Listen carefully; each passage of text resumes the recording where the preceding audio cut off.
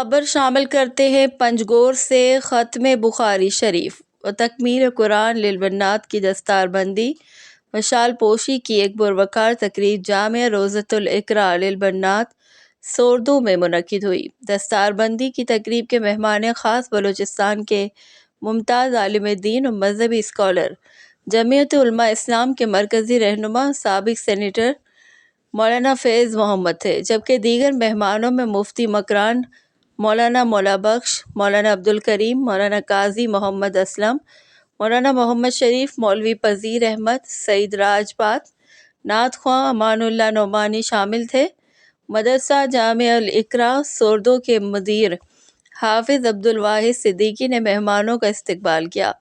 دستار بندی تقریب میں 2 عالمہ اور تکمیل قرآن کے 8 طالبات کی دستار بندی اور شال پوشی کی گئی۔ اس موقع پر مولانا فیض محمد اور دیگر مقررین نے دستار بندی کی تقریب سے خطاب کرتے ہوئے کہا کہ ہماری بچیوں کا قرآن پاک اور حدیث شریف کی تعلیم حاصل کرنا کسی سعادت سے کم نہیں ہے۔ یہ ایک بڑی فضیلت ہے کہ ہماری بچیاں بھی مدرسے کی استانیہ بن کر دین کی خدمت کریں گی۔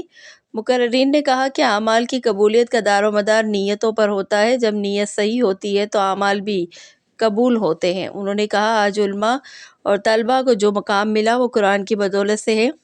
لوگ اپنے بچوں کو دینی تعلیم دلائیں، جب ان کو دین کی سمجھ آ جائے گی تو وہ دنیا اور آخرت کی کامیابیاں سمیٹ سکیں گے۔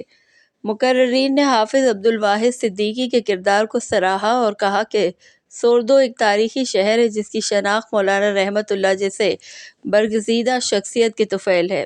حافظ عبدالواحد صدیقی نے اس علاقے میں بچیوں کے لیے دینی علوم کی دروازے کھول کر بہت ہی بڑا اجر والا کام کیا ہے۔ انہوں نے کہا کہ مدارس دین کے لیے فیکٹری کا کام کرتے ہیں، اس سے عالم، حفاظ کرام اور دین کی سمجھ بوجھ رکھنے والے افراد پیدا ہوتے ہیں جو ہمارے لیے ایک رہنما کی حیثیت رکھتے ہیں۔